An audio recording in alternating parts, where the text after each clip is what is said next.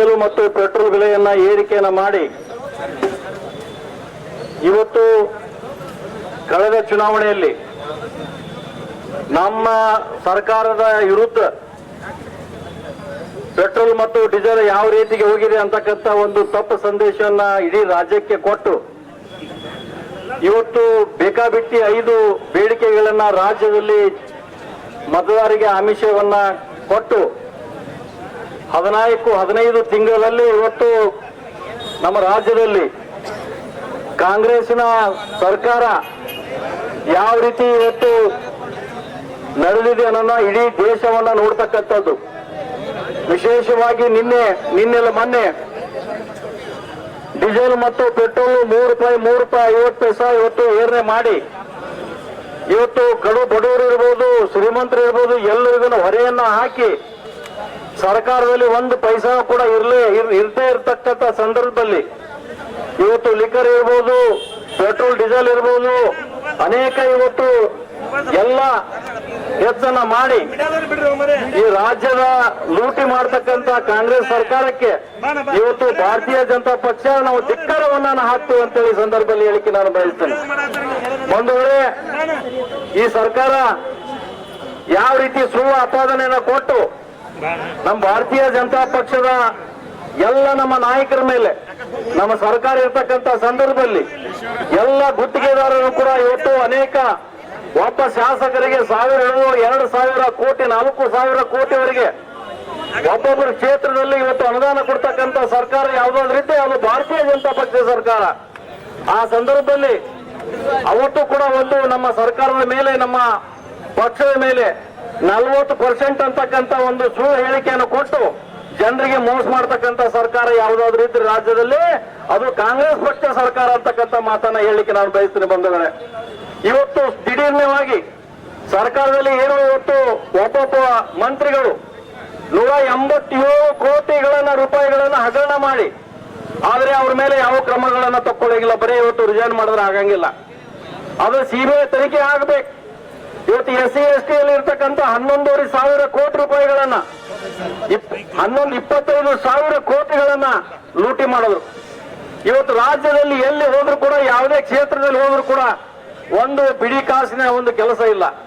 ಆದ್ರೆ ಇವತ್ತು ಸುಳ್ಳು ಹೇಳಿ ಸಿದ್ದರಾಮಯ್ಯ ಸರ್ಕಾರ ಇವತ್ತು ಡೀಸೆಲ್ ಪೆಟ್ರೋಲ್ ಏರಿಕೆಯನ್ನು ಮಾಡಿ ಅದ್ರ ಜೊತೆಯಲ್ಲಿ ನಮ್ಮ ನಾಯಕರ ಮೇಲೆ ಇರ್ತಕ್ಕಂಥ ಸನ್ಮಾನ್ಯ BS ಯಡಿಯೂರಪ್ಪ ಸಾಹೇಬರ ಮೇಲೆ ಸುಳ್ಳು ಆಪಾದನೆಯನ್ನು ಮಾಡಿ ಆ 40% ಏನು ಇವತ್ತು ನಮ್ಮ ಮೇಲೆ ಅಪವಾದ ಮಾಡಿದ್ರು, ಆ ಅಪವಾದ ಮಾಡಿದನ್ನ ಇವತ್ತು ಕೋರ್ಟ್ನಲ್ಲಿ ಇವತ್ತು ರಾಹುಲ್ ಗಾಂಧಿ ಇರ್ಬೋದು, ಸಿದ್ದರಾಮಯ್ಯ ಇರ್ಬೋದು, DK ಶಿವಕುಮಾರ್ ಅವರು ಇರ್ಬೋದು, ಅವ್ರ ಮೇಲೆ ಇವತ್ತು ಅನೇಕ ಕೇಸ್ಗಳನ್ನು ಹಾಕಿ ಇವತ್ತು ನ್ಯಾಯಾಲಯ ಕಳಿಸಾರೆ. ಇವತ್ತು ಸೇಡಿನ ಭಾವನದಿಂದ ಇವತ್ತು ನಮ್ಮ ಹಿರಿಯ ನಾಯಕರಾದ ಸನ್ಮಾನ್ಯ ಯಡಿಯೂರಪ್ಪ ಸಾಹೇಬ್ರ ಮೇಲೆ 82 ವಯಸ್ಸಿನ ಯುವ ನಾಯಕರಲ್ಲ ಅಂತ ತಿರುಗಾಡ್ತಕ್ಕಂಥ ಒಬ್ಬ ಧೀಮಂತ ನಾಯಕ ಯಡಿಯೂರಪ್ಪ ಸಾಹೇಬ್ರ ಮೇಲೆ ಇವತ್ತು ಸುಳ್ಳು ಕೇಸನ್ನ ಹಾಕಿ ಇವತ್ತು ಮೋಸ ಮಾಡತಕ್ಕಂಥ ಸರ್ಕಾರ ಯಾವ್ದಾದ್ರು ಇದ್ರೆ ಅದು ಕಾಂಗ್ರೆಸ್ ಪಕ್ಷ ಸರ್ಕಾರ ಅಂತೇಳಿ ಹೇಳಿಕೆ ನಾನು ಬಯಸ್ತೀನಿ. ಧಿಕ್ಕಾರವನ್ನು ಕೂಡ ನಾವು ಹಾಕ್ತೀವಿ ಅಂತೇಳಿ ಈ ಸಂದರ್ಭದಲ್ಲಿ ಹೇಳಿಕೆ ನಾವು ಬಯಸ್ತೀವಿ ಬಂಧುಗಳೇ. ನಾನು ಇವತ್ತು ನಮ್ಮ ಬಬಲೇಶ್ವರ ವಿಧಾನಸಭಾ ಕ್ಷೇತ್ರದಿಂದ ಇವತ್ತು ಇಡೀ ನಮ್ಮ ಜಿಲ್ಲೆಯಲ್ಲಿ ಇರ್ತಕ್ಕಂಥ 8 ವಿಧಾನಸಭಾ ಕ್ಷೇತ್ರದಲ್ಲಿ ಇವತ್ತು ನಾವು ಯಾವ ರೀತಿ ಒಂದು ಕೆಲಸನೂ ಕೂಡ ಇಲ್ಲ. ನೀವು ಒಂದು ವಿಚಾರ ಮಾಡ್ರಿ, ಇವತ್ತು ಕಾಂಗ್ರೆಸ್ ಸರ್ಕಾರ ಬಂದ ನಂತರ ಇವತ್ತು ಯಾವ ಬರಗಾಲ ಪರಿಸ್ಥಿತಿ ನಾವು ಎದುರಿಸಿದ್ದೆವು.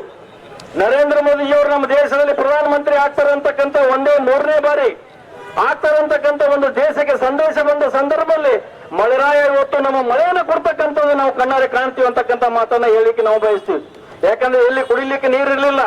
ನಮ್ಮ ದೇಶದ ಪ್ರಧಾನಿ ನರೇಂದ್ರ ಮೋದಿ ಅವರ ಪ್ರಧಾನಿ ಆಗ್ತಾರಂತಕ್ಕಂಥ ಸಂದರ್ಭದಲ್ಲಿ ಇಡೀ ದೇಶದಲ್ಲಿ, ರಾಜ್ಯದಲ್ಲಿ ಇವು ಮಳೆರಾಯನ ಆರ್ಭಟವನ್ನ ನಾವೆಲ್ಲರೂ ಕಂಡೆವು. ಇವತ್ತು ಕುಡಿಲಿಕ್ಕೆ ನೀರುಗಳನ್ನಾದು ಇವತ್ತು ರೈತರು ಬಿತ್ತನೆಯನ್ನ ಮಾಡ್ಲಿಕ್ಕೆ ಇವತ್ತು ಪ್ರಾರಂಭ ಮಾಡಿದ್ರು. ಎಲ್ಲಿ ಹೋದ್ರು ಕೂಡ RSK ಒಳಗೆ ಇವತ್ತು ಬೀಜ ಇಲ್ಲ. ಇವತ್ತು ಬೀಜಿನ ರೇಟ್ ಹೆಚ್ಚು ಮಾಡ್ಯಾರ. ಅದ್ರ ಜೊತೆಯಲ್ಲಿ ಪೆಟ್ರೋಲ್ ಡೀಸೆಲ್ ಅಂತೂ ಇವತ್ತು 3 ರೂಪಾಯಿ ಮಾಡಿದ್ದಾರೆ. ಅದಕ್ಕೆ ಇವತ್ತು ಭಾರತೀಯ ಜನತಾ ಪಕ್ಷ ನಾವು ಖಂಡನೆಯನ್ನ ಮಾಡ್ತೀವಿ. ಇದನ್ನು ಇಡೀ ರಾಜ್ಯದಲ್ಲಿ ನಮ್ಮ ಭಾರತೀಯ ಜನತಾ ಪಕ್ಷ ಇವತ್ತು ಇನ್ನು ಮುಂದೆ ಇವತ್ತು ಏನೋ ಒಂದು ಕರೆಯನ್ನು ಕೊಟ್ಟಿದ್ದಾರೆ. ಇವತ್ತು ಆ ಕರೆ ಮೇರೆಗೆ ನಾವು ಹೋರಾಟವನ್ನು ಮಾಡಿದ್ದೀವಿ.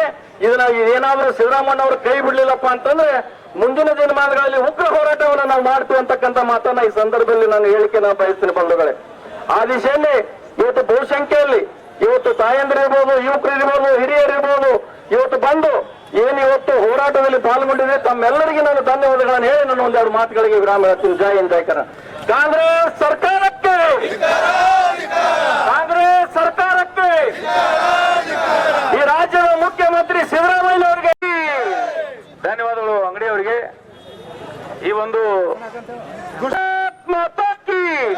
ಭ್ರಷ್ಟ ಕಾಂಗ್ರೆಸ್ ಸರ್ಕಾರಕ್ಕೆ, ತೈಲ ಬೆಲೆ ಏರಿಸುತ್ತಿರುವಂತ ಭ್ರಷ್ಟ ಕಾಂಗ್ರೆಸ್ ಸರ್ಕಾರಕ್ಕೆ, ಭಾರತ ಮಾತಾ ಮೋದಿ ಅವರಿಗೆ, ಭಾರತೀಯ ಜನತಾ ಪಕ್ಷಕ್ಕೆ